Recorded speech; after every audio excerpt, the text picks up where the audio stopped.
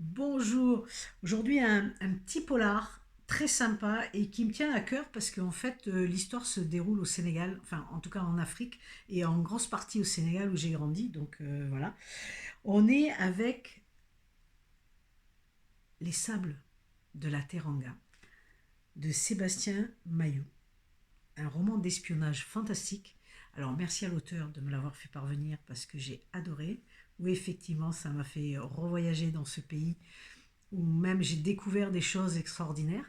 Donc c'est l'histoire, c'est un policier, hein, c'est un roman d'espionnage. Donc on est là avec un policier, un monsieur qui est un Français qui vient prendre des cours de lutte. Donc le Sénégal quand même, hein, il vient prendre des cours de lutte et puis il a un ami qui disparaît et il se met à le rechercher.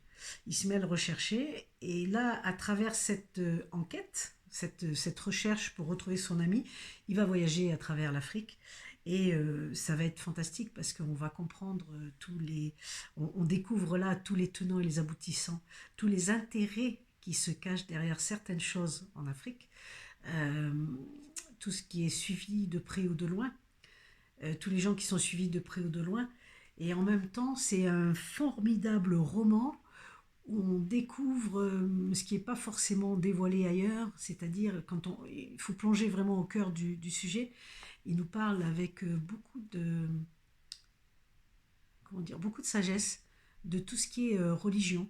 Donc la religion musulmane, des soufis, on va aborder certains sujets qui va adoucir un petit peu toutes les magouilles qu'il y a autour de tout ça, de cette enquête.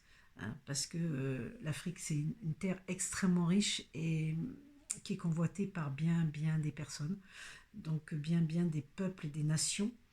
Et ça, on le sait depuis longtemps. En tout cas, voilà, c'est un merveilleux roman. Vous allez vous évader.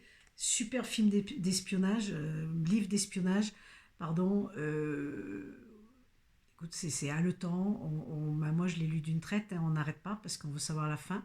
Il se passe des choses, mais ça, je ne vais pas vous le dire. L'intérêt, c'est d'aller découvrir par vous-même tout ce qui se cache derrière les sables de la Teranga. Voilà.